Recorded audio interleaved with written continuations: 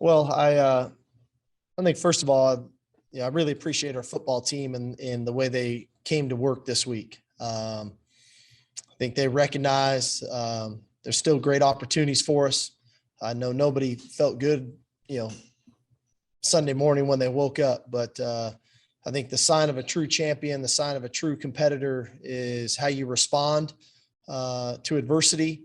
And I think our team has responded extremely well. We've had a really quality week of work, and we knew we needed it because we're playing a heck of an opponent Saturday. Oklahoma State's a very good football team, well coached, tough, hard-nosed team, make you earn it.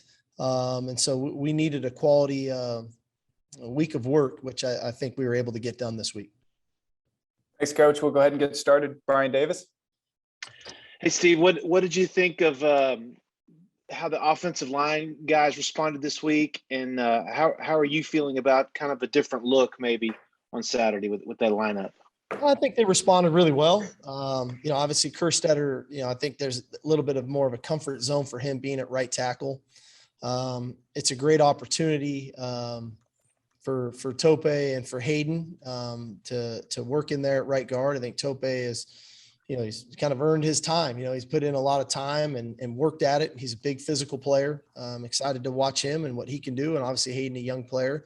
And I think competition is good for us at left tackle. I think competition generally brings out the best in all of us.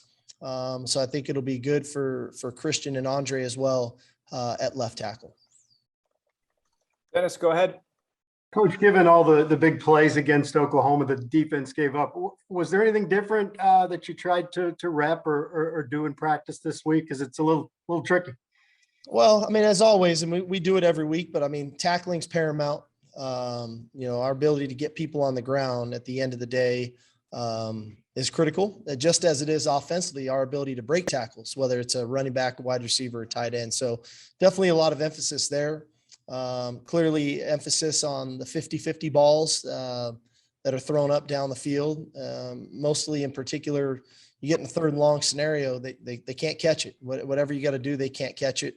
Those are two big things. And then ultimately containing the quarterback, our ability to collapse the pocket and not allow the escape lanes for the quarterback, because that's going to come up again this week. Their quarterback does a heck of a job of extending those plays, and the plays that really hurt us last week the most were the plays that were off schedule. And so our command of that needs to be on point. Thanks. Roger, go ahead. Sark, 7th straight week. Every game has its own set of emotions. You're going to get a little break. OSU got a break. How big is fighting through not only the physical but the mental fatigue, you guys, right now? I think I'd much rather be playing this week than not. When you have the way our game went last week, the best thing you can do is get back on the horse and start riding again. And I think this is the perfect scenario for us. We've got a quality opponent coming to town, undefeated team, top 12 team in the country. They immediately got everybody's attention. And allows us to get right back to work and to do what we do. I don't know. We'll deal with next week when next week comes. Right now, all of our focus has been on this week and this game, and I think our guys have responded well. Kirk Bowles, you're up. Yeah, Steve, without Jordan Whittington, do you just move Alvante and Kai into that rotation, or do you move Marcus Washington over, or how do you feel about that? Well, I think it's a little bit I don't want to call it by committee, but I think it creates opportunities for people. I think the natural thing is Marcus Washington kind of slides into that spot. You still have X and Josh Moore, and then it's a great opportunity for Calvante Dixon, not to mention Woodard and Kai Money. So great opportunities at that spot, and looking forward to seeing the guys step up. And that's the beauty of having a week of work to prepare. Sometimes when things happen in game, some people can get caught off guard. But in this scenario, I think guys are really wired into the plan and expect them to play well. Jeff Howell, go ahead. Yes, Sark, I think with the exception of the Arkansas game, I think in every game you've had a drive right before halftime when you've gone down and gotten points. How would you just assess the offense getting points before the half in kind of those 2 to 3 minute situations? And then for you, what's that process been like of being the head coach and the play caller in those situations where now you're responsible for the clock and so many things that you might not otherwise be if you were just strictly the play caller? Yeah, no, we take a lot of pride in that. We practice that quite a bit. I think our players are really comfortable in that setting and understanding what we're trying to do. First and foremost, we want to make sure that that's the last possession of the half if we can. So that, if we're getting the ball to start the second half, it's an opportunity to kind of double up. You can score at the end of the first half and then score again coming out of the half without them getting a possession. In the case of Saturday, wanted to make sure that they didn't get the ball back where they could score and then get the ball back coming out of halftime as well. So we try to manage that clock. I thought it takes a lot of composure in those settings. And our guys have really done that. They've shown a lot of poise, a lot of composure. We've taken some shots to hit touchdowns, but yet we still have found a way to find some points there at the end of the half. Anwar, you're up. Coach, one quick one, which is, do you expect Jordan Whittington to play again this season, or will he spend the rest of the year kind of recovering?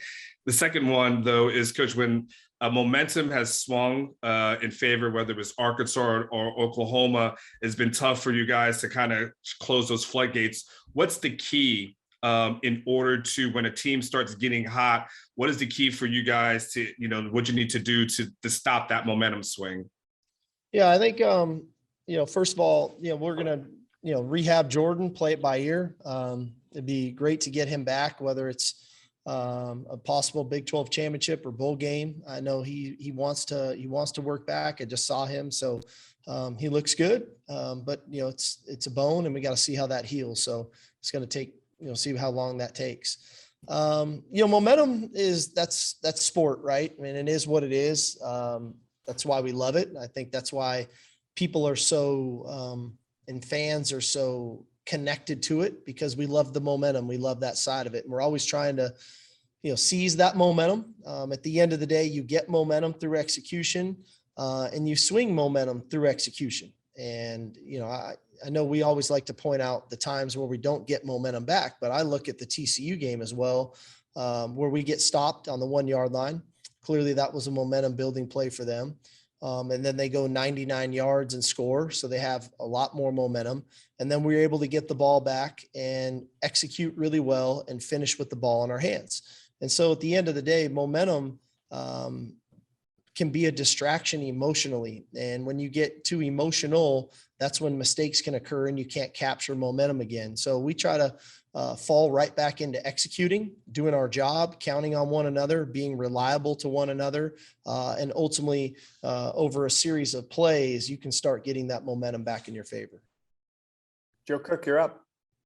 Going back to Tope, you're his third head coach. Coach Flood is his fourth offensive line coach. And this, if he's playing on Saturday, this will be his first start. What's it say about him that through all that he's still here and going through practice as a sixth-year senior and now is about to get his first opportunity?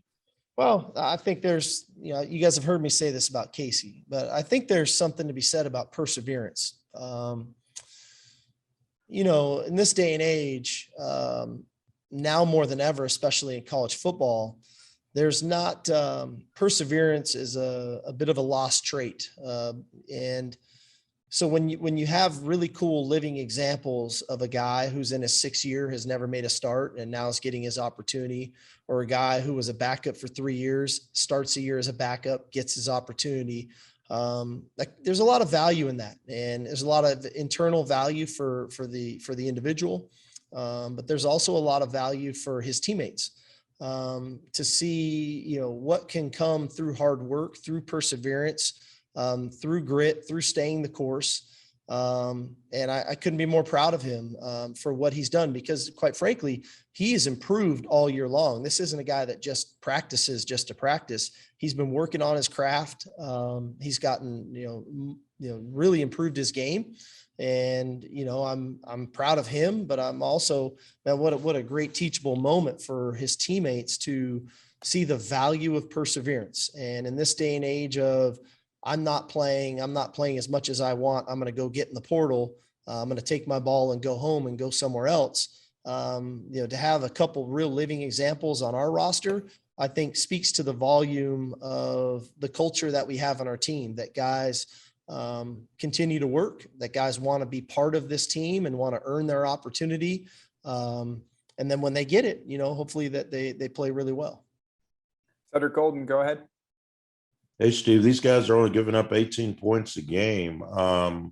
What problems does Malcolm Rodriguez and that crew over on the other side present for an offense?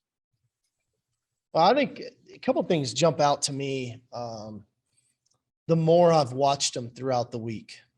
First of all, recognizing this is a really veteran defense. I mean, they're seniors across the board, which means they've been in a college weight room program for 4 and 5 years. So they're a bigger physical team. They're more mature physically and mentally. You can tell they've been in the system. They communicate really well with one another. And then ultimately they make you earn it. They really don't give you freebies. They don't blow coverages. They're not out of a gap or blowing an assignment. They make you earn it. And then they play really, really hard. They've got a really cool culture going on their team right now where they play hard. They're a physical team on offense. They're a physical team on defense, and they make you earn it. And so that's the biggest thing I see when you watch them. It's like, man, they're in the right spots. They're a veteran team. They communicate well. They play hard, and they make you earn it. And so those are the main things that jump out to me. Chip Brown, you're up. Steve, speaking of physical, is your defense playing physical enough? And who is the guy on the field on defense who will stand up and demand more and hold everyone else accountable? I think we are. I think we're playing plenty physical. I mean, we've had great stretches of stopping the run, affecting the quarterback. At the end of the day, you have to get people on the ground, and you can play as physical as you want, but if you miss the tackle, that's not a successful play. So I think we're playing physical. Ultimately, we've got to get them on the ground when we have our opportunities. And that's the biggest area that, we're working on to get that done. I think both of our inside linebackers are great leaders in Luke and Demo. Both those guys, stand tall. They believe in what they believe in. I think they play that way. I think Keandre Coburn plays that way. So we've got kind of pretty cool leadership over there for guys that are demanding of what the standard is. But ultimately, I'm going to come back to it. You can play a really physical brand of football, but at the end of the day, you still have to get the man on the ground. Cole Thompson, go ahead. Steve, you've kind of talked about Obi in the past and his ability to get into the backfield and rush the passer. What do you think about his run defense overall and how he's going to stack up against a guy like Jalen and a mobile quarterback like Spencer? Obi's a really good player. I love his versatility. He is a physical guy. I've probably been a little more surprised with what he's done more as kind of a pure linebacker when we've asked him to do that and had to play in some space some. I think he's very comfortable at the line of scrimmage in the run game, as well as rushing the passer. But he's shown me more versatility than maybe what I thought we were getting when he first came. So, excited for him that, there's maybe even more opportunities for him here as we move forward. Got time for a few last ones. Nick Moyle, go ahead. Yeah, Steve, just wanted to ask about Alfred Collins sliding into Jacoby's spot. What have you seen from him this week, just in terms of his excitement level, his play, and, what you expect him to play the bulk of the snaps there, just kind of more by feel in terms of the rotation? Yeah, Alfred, I would probably go back coming out of the Arkansas game. I don't know if anybody on our team, maybe he and Xavier Worthy, that have improved their game as much as he has. He's playing quick. He's playing violent. He's playing big. So I think, obviously, we miss Jacoby and we wish he was with us, but Alfred provides something a little different. He's a 305-pound man playing defensive end. So from a run game standpoint, he gives us something different there. But the beauty of it is he's shown the pass rush ability for a big man to win his one-on-ones. And so, he's excited, but he's earned it. He's playing at a high level right now. Two last ones. Ed Clements, you're up.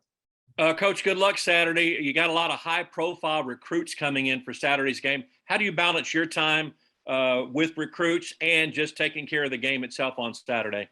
Well, the game is priority number one. We work too hard not to invest, the time needed to make sure that we perform at a high level, and that's myself included. Obviously, being the head coach and as well as the play caller, I have to give that my time, and which I do. But clearly, there's a lot of opportunities to recruit. There's windows, there's blocks of time. There's a benefit to playing at 11 a.m. kick. We have all afternoon and evening to spend time doing that, and we know recruiting is the lifeline of our program. It's vital to our success moving forward. So both are very important things, but the ball game itself is priority number one. One last one. Kirk Bowles, you're up. Yeah, Steve, can you share how many missed tackles your team had by your count? And can you practice actually tackling to the ground during practice, or is that just too dangerous? I don't have that number right in front of me, Kurt. I don't want to give a figure that is incorrect, because I know you guys will hold me accountable to that. So it was too many. Let's start with that. Okay. We do a lot of tackling drills, Kurt, where there's times where we will wrap guys. There's times when we do one-on-one tackling drills. There's other times when we really want to go to the ground. We're precautionary with what we do, whether there's a landing pad for those guys, whatever that is, to make sure that we're using the proper fundamentals and techniques. And the majority of the time when we go to the ground, we're tackling kind of the dummy bags, to really work on that. So we work on a lot of aspects of it. But it's hard to say, hey, we're just all live in this period, because that is dangerous, to ensure that we're putting ourselves in the best position for success on Saturday. But we really practice tackling 4 days a week, and it's vitally important. I think we've improved in that area, but clearly we've got work still to do.